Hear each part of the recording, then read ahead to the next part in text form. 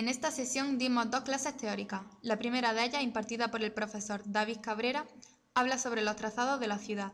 En ella comenzamos remontándonos al origen de la geometría. Ya en Egipto surgen asentamientos en torno al río Nilo. En época de lluvia se inundaba todo el cauce y se borraba el dibujo de la parcelación. Por ello, era necesario el uso de la geometría, para marcar la huella de la propiedad. Otro ejemplo es Grecia, en el que la geometría surge como una necesidad. En la cultura clásica se produce una adaptación directa de la trama sobre el terreno, como es el caso de la ciudad de Mileto. En Londres la parcelación surge como acto funcional. En Estados Unidos ordenaban no solo el suelo urbano, sino también el suelo agrario. Debido a que la Tierra es redonda, la cuadrícula necesita desplazarse generando desfases, que da lugar a giros muy próximos. Con respecto al trazado de asentamientos antiguos, surgen las bastidas, que nacen como fortificaciones defensivas que daban lugar a un parcelario muy peculiar.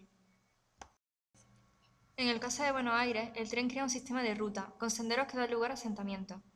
Existe un trazado en retícula en la zona central y una radiación hacia todo el continente.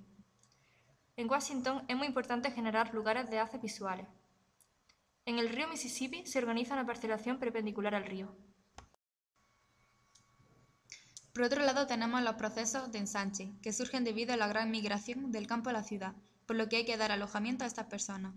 Algunos ejemplos de ensanches se producen en Madrid, Barcelona, Pamplona, Almería, Valencia, San Sebastián, etc. Con la ciudad lineal no se concibe la ciudad como un núcleo, sino como algo más disgregado. En Holanda, al ser plano, tienen que crear diferentes trazados. En ciertas zonas se deja un lugar sin trazar, para que los propios usuarios lo tracen por sentido común. Son los llamados desailles-par.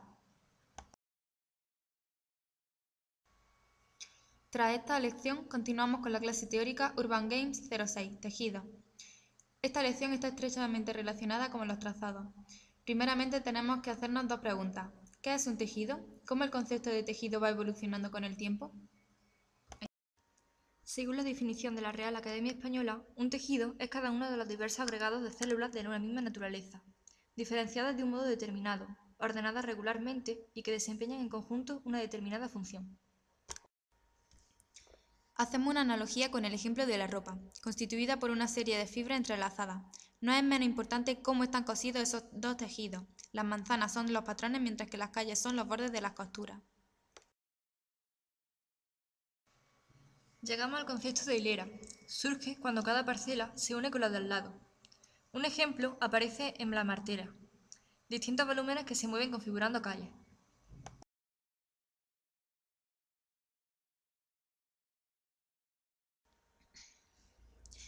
La hilera se dobla y surge la manzana. Cuando se unen dos hileras aparece una medianera que puede ser un espacio público, un patio, etc. Ya se empiezan a diferenciar los distintos tejidos formados por hileras. Pasamos de la hilera al bloque, una cuestión de densidad, aprovechamiento del suelo y valor de la posición. La organización en hilera empieza a no funcionar bien cuando llegamos a una densidad específica. Entonces surge el bloque. La hilera se pliega esponjando el interior. Surge el superblock. Se utiliza para la optimización de viarios. Un ejemplo es el Radburn, donde aparecen viarios de paso y en el interior un espacio. La parcela se hace compleja, permite cualificar distintos espacios. Para esta semana teníamos que realizar en grupo una maqueta de la ciudad de Berlín a escala 1.000 entre los tres grupos, de 240 por 80 centímetros, cada grupo un cuadrado de 80 por 80, en el que se distinguirán los distintos equipamientos y los edificios se podrán levantar. Individualmente se hará sobre una manzana un estudio de su densidad y su diversidad tipológica. Tomando como referencia el texto Trazar el territorio de Gómez Ordóñez, comenzamos un debate en el que se planteó el tema de los trazados urbanos dedicados a transporte. La mayoría estamos de acuerdo en que el transporte debe ir por vías adaptadas a su uso. Planteamos la situación del metro de Granada. Si estamos insatisfechos, ¿qué otras soluciones pondríamos? Se mencionan los autobuses eléctricos de Ámsterdam, pero estos también necesitan de instalaciones especiales, así que nos muestran el ejemplo de la ciudad de Curitiba, con vías dedicadas al transporte de autobuses con pequeñas estaciones donde el ticket se paga antes de entrar y cuyas vías, además de no tener apenas costo, son totalmente reversibles. El metro, sin embargo, tendría una vuelta atrás muy costosa. Después debatimos si la malla reticular era la mejor solución para el trazado de una nueva ciudad. Se habló positivamente de ellas por su jerarquía, hitos, su variedad en altura, como por ejemplo Manhattan, cuya dureza reticular se ve rota con Broadway. La posición negativa prefiere diversidad en la traza de las calles, como en las ciudades antiguas.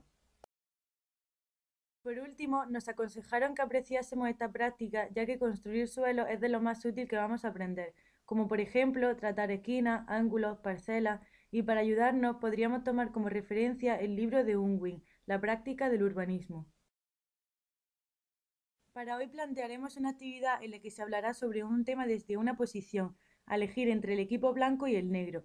Los equipos hablarán durante 1 minuto aproximadamente y pasarán el turno a un compañero del otro equipo diciendo un número aleatoriamente. El tema a tratar será sobre espacios públicos vallados.